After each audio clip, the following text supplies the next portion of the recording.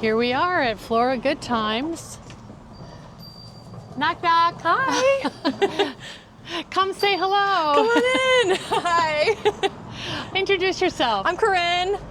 And where are we? We are in Beacon at Flora Good Times, my plant and flower shop.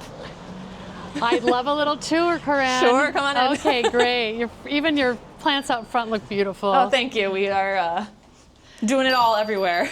A plant and flower shop, Yeah. and the first thing you see is... Our flower bar. Oh my goodness. Fully stocked, 100% local this week and most weeks.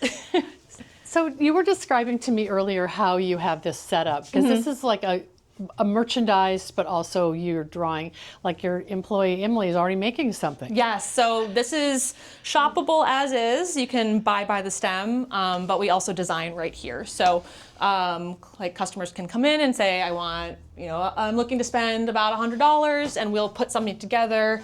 Maybe they're like, the recipient loves purple, make sure we definitely add purple, or not a huge fan of yellow. So we can kind of customize based on the selection of the week. Gosh, this looks like at least 50 choices here. Oh yeah.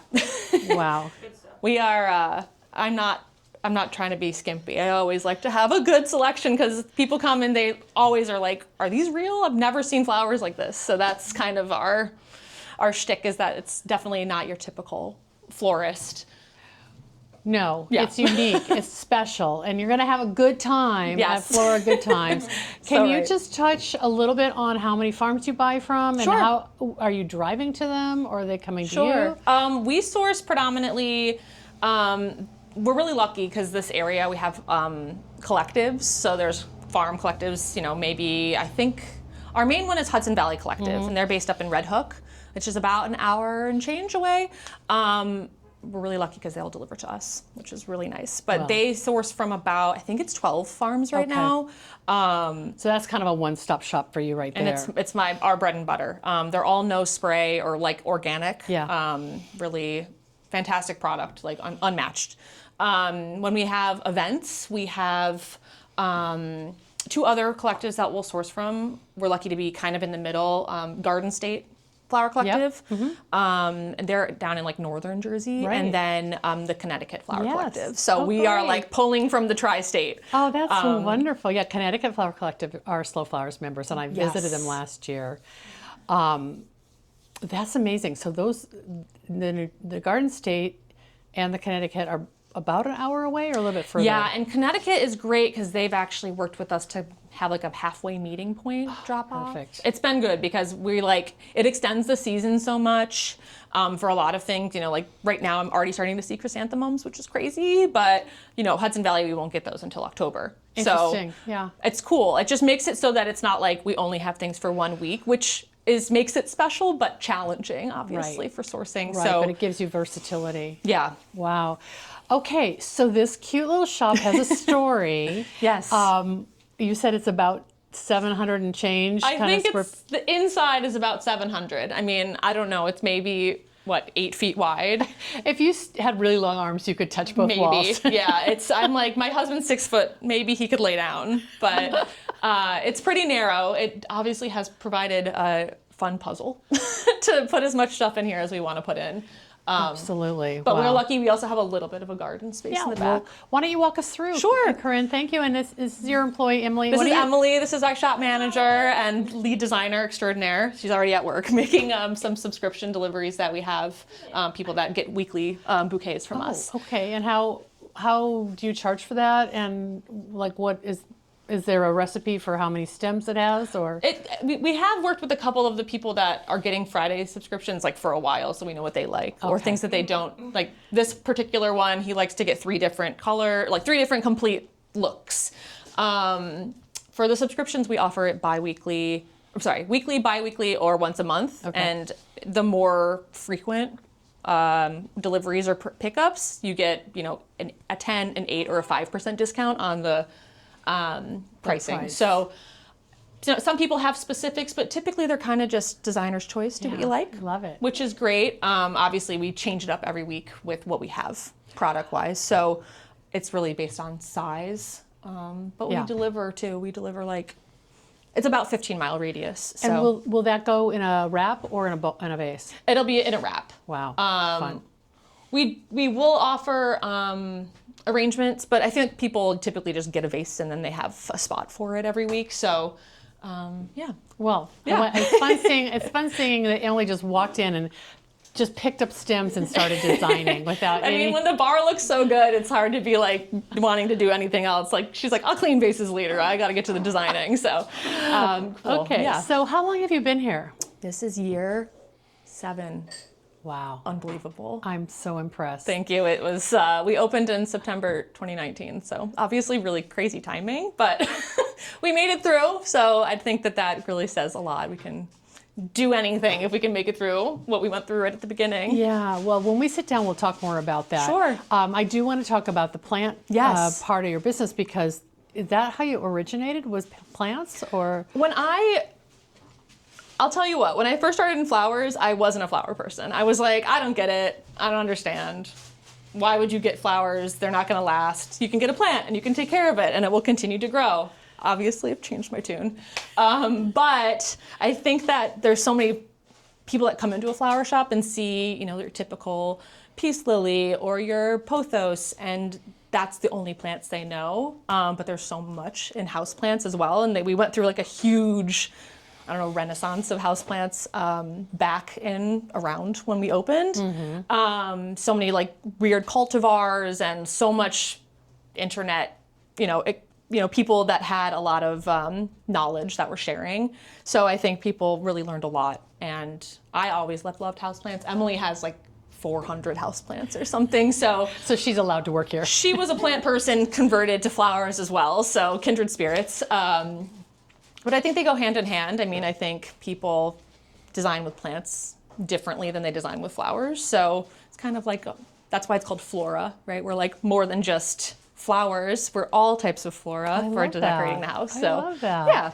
So what you're saying is that the sort of renaissance of houseplants, then also you have a slightly more informed customer and they're Yes. expecting more from you Yeah. to curate better plant options? Or? Yeah, we definitely are like trying to differentiate from, like the hardware store or, just The like big I said, the box. big box stores. And also like our staff is so knowledgeable. Like people come in, we do consultations, we'll go to people's houses and they'll be like, what's going on? Why is my plant acting this way? And we'll go and we'll like check out the lighting and we'll diagnose any pest issues. So we're kind of like, it's like two-pronged, the store specifically. It really but is. The whole business is kind of three-pronged because we also do events. So I can't pick, so I'm going to do it all. I love it. No, you're, what's that called? A triple threat. Yes. Flowers, plants, and then weddings and events. Yeah. We're going to go visit your studio too. Yes. Okay, let's just do a little stroll Sure. through here, and anything you want to highlight, let me know. Totally, yeah. Obviously, like we've already spoken about the bar. This is like the big highlight of the Amazing. store. Wow. This hits you when you walk in. Yeah, I mean, it's closest to our air conditioner because you notice we don't have a cooler. So Yeah. that's good placement for, striking you right off the bat, but also gets the best light and it's the easiest place for us to design. It's worked out, even though it's our narrow little strip of a store. Right, and like Emily was standing here designing in her hand right by the door, but you have a counter and you can do larger vase Yeah, arrangements. our little workbench is right there. We try to keep the wet away from that so our wraps are not Messy. wet. Yeah. But yeah, that's good for like delivery arrangements or even small scale events. But then the studio is kind of our step into like when we have to make a big mess and we can't We'll see that destroy later. the whole space. Yeah. So this is you have a nice curated selection of containers as well. Yeah, so we, obviously since we are specializing also in plants, having a lot of good containers to put them in is a huge feature for us. I mean, I love beautiful things too. So we have Berg's Potter, they're amazing. They are based out of Copenhagen. Oh, wow. But they actually have a factory warehouse that they supply stuff out of, like from New Jersey. So it's actually great because it's pretty local. Beautiful. And yeah, their stuff is gorgeous. They are all plant nerds as well. So they design beautiful pots for healthy plants. Yeah, I which is love the way great. you have it set up. Yeah. People can kind of see It's almost like a gallery style Exactly. exhibition. It just like it Beautiful. gives people some like idea of what, how we would style it or what plant would look good in what vase. I love this. We'll drill your drainage hole. That's a big, for someone who doesn't have a power tool. Yeah, or somebody brings in like a planter that doesn't have a hole, and we're like, well, we would recommend having a drainage hole. We have the tool. We'll take care of it for you. We'll take care of it for you. I love it. And then from this point forward, most of this stuff is handmade. So this is all, she's in Vermont. We have stuff out of Wisconsin, Brooklyn, a lot of really local stuff, Newburgh. Behind us he's out of Albany. So we try to keep it, a lot of the stuff is mostly domestic. Yeah, I see that you've mentioned if there's an artist, who they are. Yeah, where to me they it's are. like they're putting in this hard work. A lot of them have a bit more, you're not getting the price point of like something like going to a garden center where there's a mass produced. So it's also like, this is a person. This is the person that made it. What are these? Are these just cuttings? They are cuttings. So that's our propagation station. We actually kind of do it as like a trade system. People can bring in cuttings from their plant and receive credit. Oh, And fun. so they can give us plants and buy plants. especially if they have something really rare that Exactly. you're grooving on. Exactly. You'll just propagate it. Yeah, or if we have plants at home that like need a pruning, we'll root them up. This is kind of all of our babies area that are getting rooted. Oh, sweet. Oh, I love that. So people will buy, and that's a good way to like, if somebody's really only looking to spend a few dollars or like they want to try a plant, it's a nice, inexpensive. So the way. ones that are in the tubes are not rooted up. So eventually you'll pot. You'll Some pot of them have, we'll usually give it to them in like a wet paper towel. Like that guy is ready to go. Oh, and they'll just take it home and pot it up. Yeah. Got it. I mean, they can also purchase a plant here or a planter here and soil, and we can pot it up for them. But you have a $2 option for somebody who's on a budget. Right. Okay. I love that. Yeah. And outside of our store, we have all of the plastic nursery pots that things come in.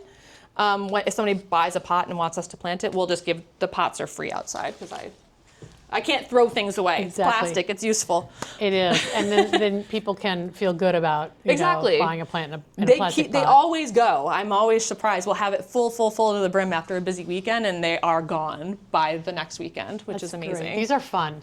Yeah, those ones are fantastic. We've had Stanley, Chester, and Albert for probably 2 years. They're like a crowd favorite. We keep restocking them because everyone seems to love them, and the colors they keep giving us new colorways too. They're clay, but they almost look like they're. I think they're an underglaze, so they're Okay. not actually. Yeah, they are porous, which is also plants love. I love that. Oh yeah. Yeah. Fun. Okay, and you're selling seeds. We have seeds from Hudson Valley Seed Company. They're great. They're up in Accord, so they're close. Yep. I've received these as gifts before, and they're so savable because I know. the packaging is so beautiful. They're all done by artists that you like submit. They give different ones every year. There's so many beautiful ones, so they're definitely very, very giftable. Fun. Yeah. So boy, a lot of much stuff. vases and pots, but all kind of not mass produced, Right. and in your vibe, which is maker, handmade. Playful, fun, something whimsical. There's a lot that are very simple that I think you can find anywhere. So definitely leaning into color. Yeah. Lots of stickers, lots of cards. If I didn't have a plant store, I'd probably have a stationery shop and card store. This kind of just goes into the whimsy further because there's so many beautiful illustrators out there. So we're lucky to have so many, even like some that are really local, like Rainey's just up in Catskill. And there's a so couple. wonderful. We just have so many that these guys are in Kingston. So there's just so many that are local as well. That's just part of your brand. Yeah. Yeah, I love it. Again, more of a vase area. So some of these are like flower presses, kind of anything if you think like flowers are related with it. But kind of gifty. Gifty. Yeah. We have resurrection plants for people that really don't think they can grow plants. This is actually alive. It's unfurled. You're going to guarantee success. There's something for everyone, and I really want to stand by that because like, even a flower, right? A flower that won't die, a metal flower in a vase. So a lot of it is just engaging people in conversation Exactly. when they come in. Yeah. Yeah, wool flowers, real flowers, iron flowers, These are moss balls that you don't really have to do anything, and they will grow. Oh, right. How fun. I love it. Yeah. I just want to comment on the packaging. Sure. I know that you probably don't want to show the client's name, but all from a distance, I'll just Here, look let me and just- say, I love I'm the just way. gonna flip this up here. Well, I'll just show you because we have our card that goes on the front, and then we also do a farm card where we'll cross off. We'll mark every farm that things come from. Oh my goodness, that's wonderful. So we're always like I think every I see week one here, yeah. we just show the client. I really want like transparency is a key for me because I think people have become more educated than ever about flowers and the costs of them. I think there's been so much conversation I've seen about just grocery store flowers in general and Right. why they're cheaper and Trader Joe's flowers and all, yeah. So And- you really want yeah. to add that, almost like that curated artisan component to Exactly. it. I love it. And our farms work so hard. Like people always compliment it, and I'm like, I am so grateful that people work so hard to bring us such beautiful product because I did not grow it. I don't have a green thumb in that way, which is funny. I do, but not for growing flowers. Which You know what? You have 3 things on your plate. There's I don't a think you lot can of add other a things farm. that I can do with flowers outside of growing them. So Fun.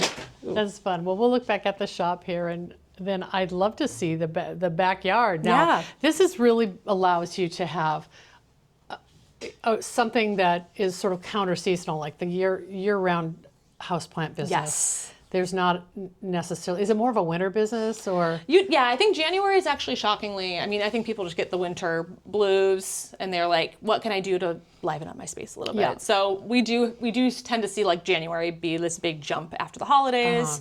But yeah, it's definitely helps push the, business out of it being like just the summer.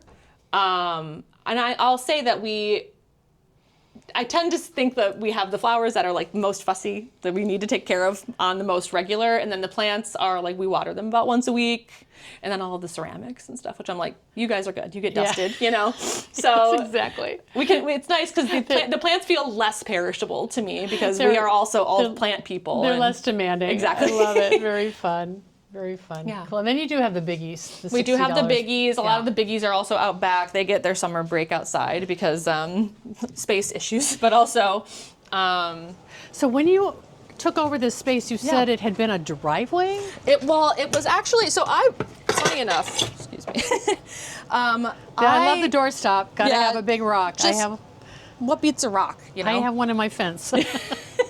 I actually, funny enough, this business was a plant and flower shop that was by a different owner with a different name, her own vibe. So she had already imagined it as a plant and flower shop, and I bought it from her off Craigslist in 2019. Unbelievable.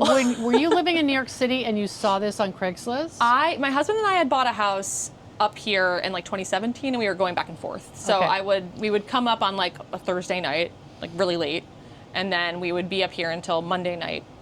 And so it would be these like long weekends, and I have tons of houseplants too. So I would go plant shopping, and I was kind of like, where are the plant stores in this area? And it was funny because I never ended up coming here before I found it on the internet.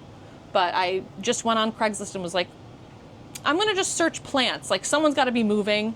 Someone's gotta be like, I need to get rid of this giant monstera because I'm moving across the country and I can't take care of it. I love it. Oh, you were just plant shopping. I literally typed into the search bar plant, and up pops this ad like plant and flower shop for sale, Main Street in Beacon. And I was like, guess my life just changed. What? Did you say, wait, I live in Beacon? No, I'm like 30 minutes away, but I was like, I know Beacon, and it had started to really like get, growing more than it over the course of the last like 20 years. It's really like changed. So Got a little charming downtown Main Street vibe. we just came to look at it the next day, and I was like, yeah, that's it. That's it. It's one of those like moments that I will never forget, obviously, because it was very much like that just doesn't happen. Like you don't find it on the internet. You don't find it on Craigslist. I haven't gone on Craigslist even since I you bought. haven't used a business broker or a real estate agent or anything that's... No, she just wanted it to go to someone who wanted to keep it as a plant and flower shop. It's huge. And I was like, well, here I am. I love it. So I yeah, love then it. I moved up full time at the end of the year because I opened in September. Like this had happened in like March, and I was working in the city still as a florist at Fox Fodder Farm.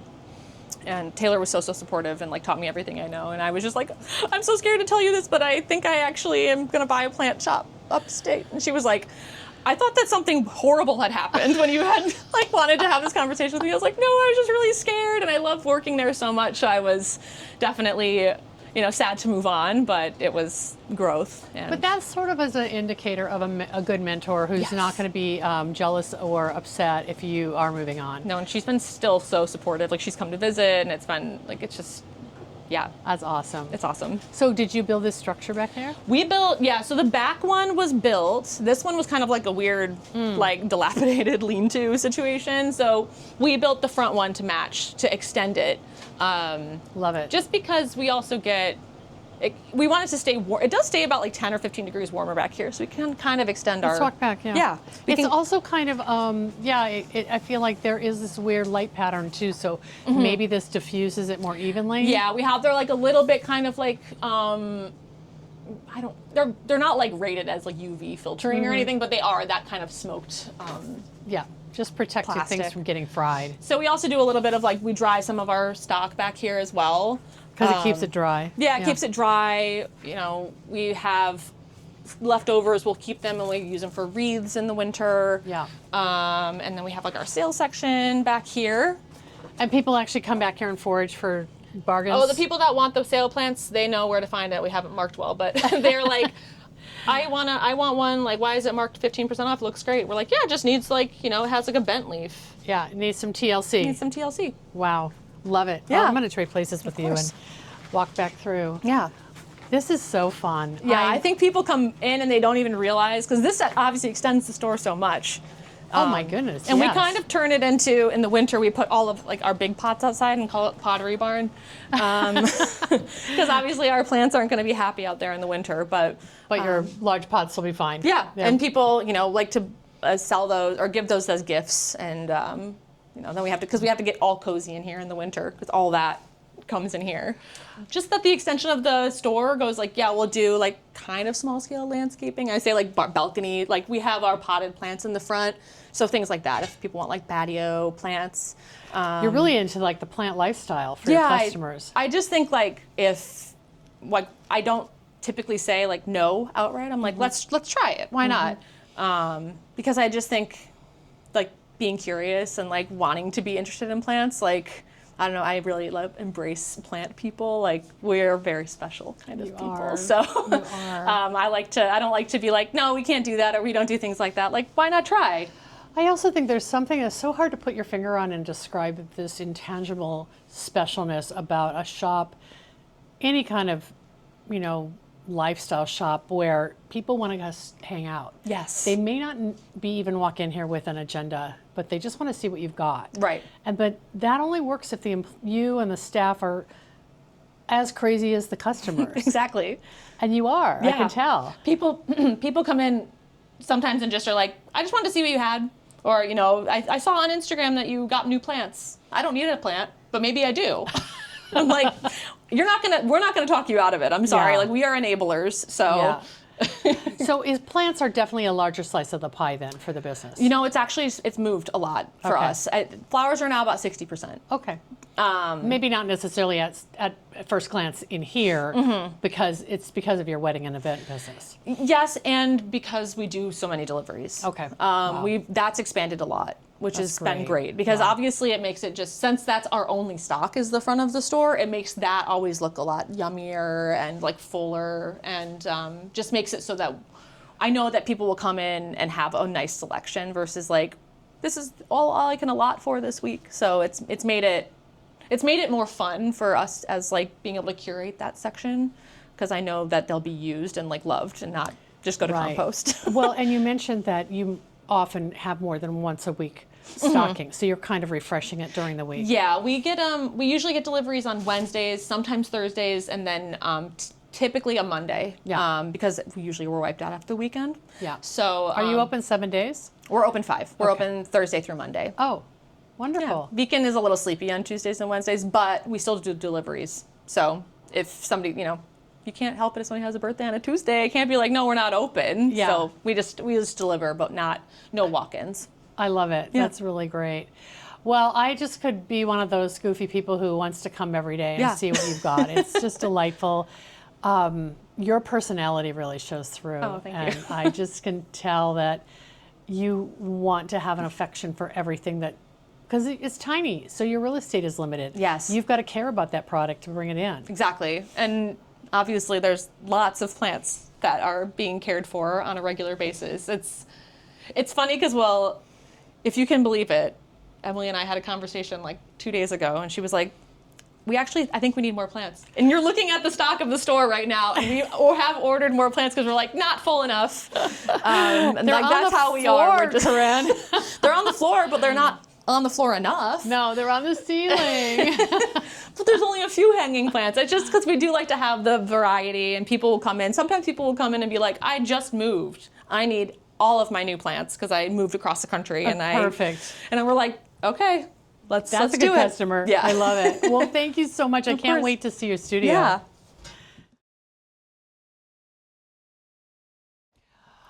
Hi, everybody. We're here for part 2 of our show, and this is the workspace and the shop and production area of Flora Good Times.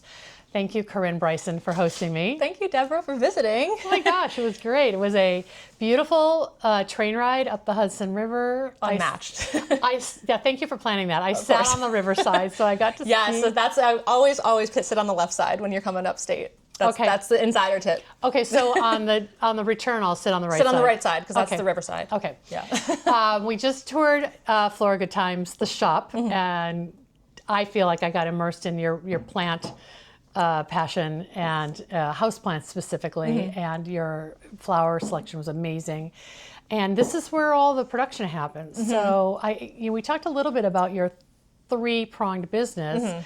So we saw the retail for flowers and for plants, and you also do consultations and home decor and that sort of thing around plants and flowers. Talk about this space and what it achieves for you. It basically provides a 3rd prong of your business. Yeah, so I mean, people come in and they're surprised when we say we do full-scale events because the store is very small, or it's petite, and very full of other things. Yes, so there'd be no room to do a wedding out of that. I did it in 2019, and it was fine when the weddings were small, when I was a small business, smaller. Oh, you mean like the elopements and small, Yeah, or like intimate weddings? six centerpieces for like a backyard event. But I would make them, and people would be like, "Is that for sale?" And I'm like, "Wait, this can't happen. We have to kind of compartmentalize." So this space, I kind of lovingly called it like the lab for a while, which is like where we experiment and have fun and kind of like make a mess, and it's a little bit safer of a place for us to leave a disaster if we have to. You know, can shut the door and walk away. exactly. Yeah. And Also, I obviously, love that you have windows on 2 sides, so it does have a loft-like feeling. yes, I mean, as you know, we climbed some stairs to get here. It's not on the first floor, but you do get the light, which is unmatched. You get a view of Mount Beacon. I don't know. It's hard to quit it. Also, you and your team members are all young and in fit shape. Yeah. If Because of the stairs. If I worked for you, I'd be huffing and puffing. And It's definitely challenging. Our freelancers know when they come here, or the first time they come here, they're like, noted, yeah. no clogs. Although I'm No wearing heels. clogs today, no heels. But It's more about bringing product in and out. That's Yes. probably the problem, right? Yeah, I mean, it's a lot of hauling buckets up and down the stairs, but Yeah, you're not going to CrossFit. no. But I started in flowers in the city, and Brooklyn has a lot of walk-ups, so I don't know, it's not that shocking. Talked about that because when you worked for Fox Fodder Farm, they had a basement Yes. production area at one of the shops I visited. Yeah. So you're Stairs either way. okay. So that's been resolved. How big is this space? I think this is about 1,200. We do have another unit across the hall that's like our storage unit. I mean, we still use it as production space, so that's about 500. Wow. Which is great. I mean, it triples the amount of space that we have to work. So tell me how this the lab is used. I mean, you're kind of doing samples, you're doing photo shoots, you're doing I guess, proposals? I mean, how do you work through the space? I mean, it's kind of like where, I will come here. A lot of the time I spend on the computer. I mean, any florist knows it's way more computer than flowers. But it's a quiet space to do work like that. My production manager, Julia, and I do all of our proposals. It's nice to sit next to each other and just talk. Some days if I'm not there, we can do it remotely, but it's nice. We have all of the vases and all of the, candle holders and things like that at our disposal, so we can measure or make sure that things look good together, which is huge. When you're putting materials together on a table, picturing it in your mind is not the same at all. So you will mock up a candle vase, bud vase, centerpiece arrangement, just to get the scale right. And yeah, we'll pull vases together with bud vases and see is this a little too modern? Is this a little bit too rustic? Just making sure that it matches the full event look. There's tons of stuff that we get in on a regular basis too. That's we need something that's a darker color vase. We need more, bud vases that have no ornate glass. I'm thinking always 6 months ahead, because that's how it is. I mean, getting 80 vases in the same style is not always the easiest task. Well, you were saying that the supply chain challenges that hit us right after COVID were really a nightmare for you. Yeah, I mean, it was definitely, merchandising the store is one thing, because I think you can kind of just be well, that's not working, we'll just do something different. But when you have a client who has a vision, and you said, okay, we can do that, and then the timeline for delivery keeps getting pushed by 90 days, you're we can't do that anymore. So, any florist knows the hoarding tendencies that we all have. So I definitely have been I want to be prepared for a full event for any of my products that I have as rentals. So it does create a lot of space, interesting space puzzles. But in general, I love, again, I said it before, but I love beautiful things. So I'm that's a good bud vase. That seems like a workhorse for us. We'll order it. And that's where this space is really important, because the store would never be able to handle boxes and boxes and boxes of bud vases and compotes and other things. So you have this this idea of having varying styles for types of wedding aesthetics. What does that mean? Does it break down to you have 6 different collections of hardware or hard goods for an event, or or how many do you need to have? The limit does not exist. I don't even know how to ask that question very well. No, I mean, there's definitely there's certain ones that we use together, that are always those go with that. But I think there's also the edges blur a little bit, right? So maybe it's a bit modern with a romantic touch. So do you want to add faceted glass in with those very sleek, bowls that you're using for the arrangement? Or, do we want to add an urn, but we also want to have something that's really, really clean for cocktail hour? So I think it's just having the options. I mean, we have a full rental catalog that I'll sometimes send to clients if they really want to see what we all have. And how many looks would they be choosing from, roughly? I mean, it's probably 24. I mean, perfect. I think we have probably 8 or 9 different compote varieties that we'll pick from. Sometimes, is it glass? Is it metal? Is it ceramic?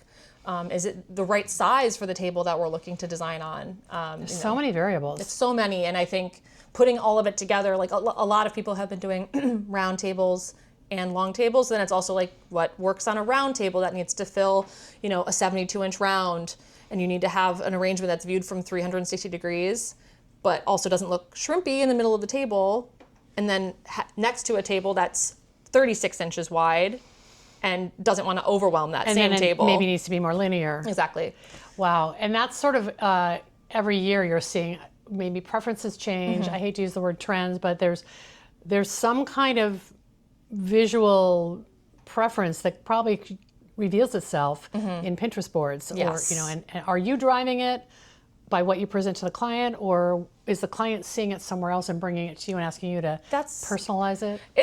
I feel I get a lot of the trend talk from clients is that too trendy? They don't want it to look too trendy. And my typical response is if you're leaning into the season, how can that really be trendy, right? If you're trying to fly peonies in for a September wedding, it's a very different approach than we love peonies, but that won't work. So we're going to go with dahlias in our season, and it'll look like the Hudson Valley in September, which is exactly what, like, if you're getting married and you've chosen the Hudson Valley or you've chosen your venue in a certain time of year, when you look back at your pictures, like, it should evoke that time of year and that place. And it should be that, like, ephemeral scoop of the land.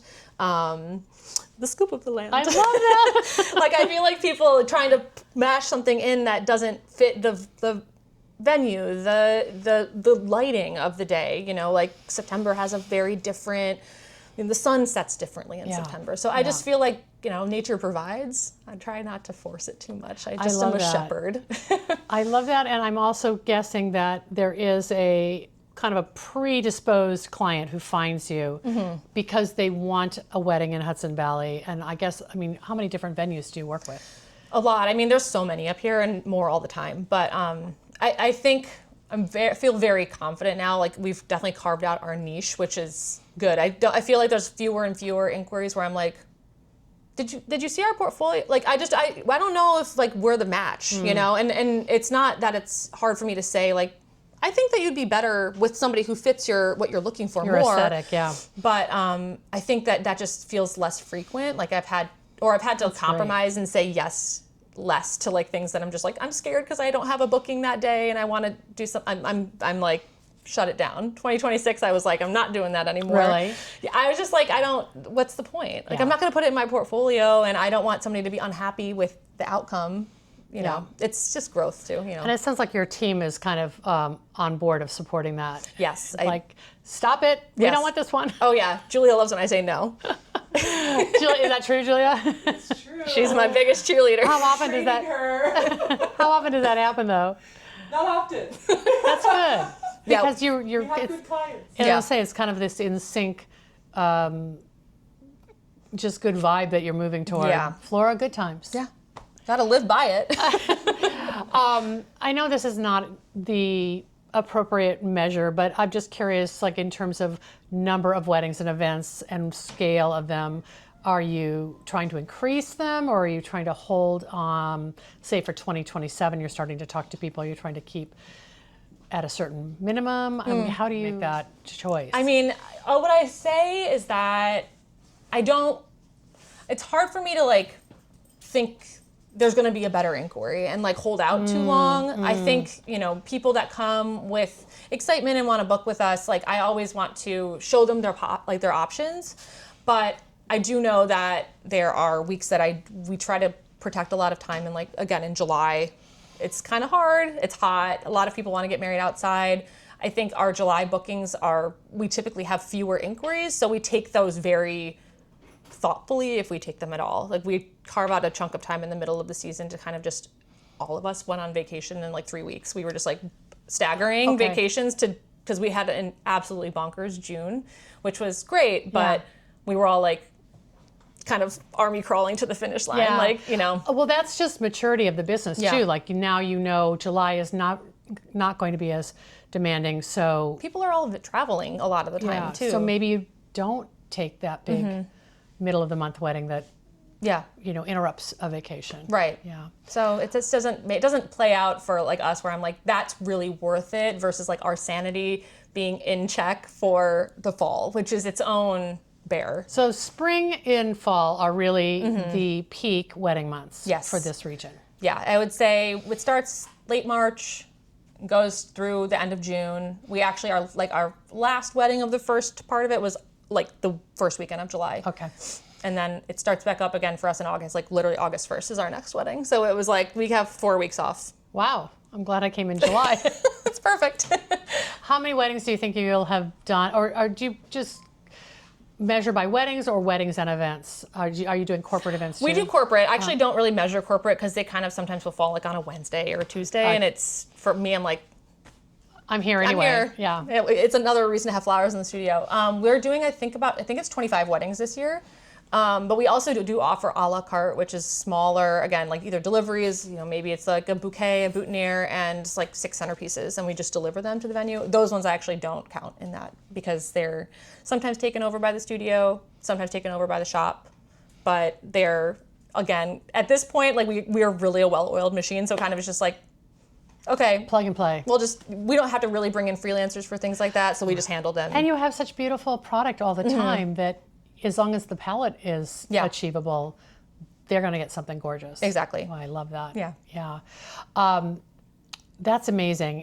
What are you seeing in terms of weddings that gets you excited, or I don't know, seeing on the horizon, like you were saying, preferences on materials and styles, and square and round tables together. Like what can you share that's sort of I think it's impressing you? Yeah, I think it's what really is impressive is like the education that clients come in with, because I've always been, I think what surprised me the most when I started my business was that I didn't really think about the fact that like every client is like a first-time client for a wedding, for the most part, right? Like people are booking vendors for the very first time. This is the biggest thing that a biggest event that they're going to ever throw. Yeah, and budget too. And right? budget, and it's so you're educating someone. It's not like you're like investing in like, I'm going to teach you this so that you'll go on to like repeat it back to me next time you book. It's one time. That's true. So I think people have gotten, like, the internet has provided a lot of education, good and bad.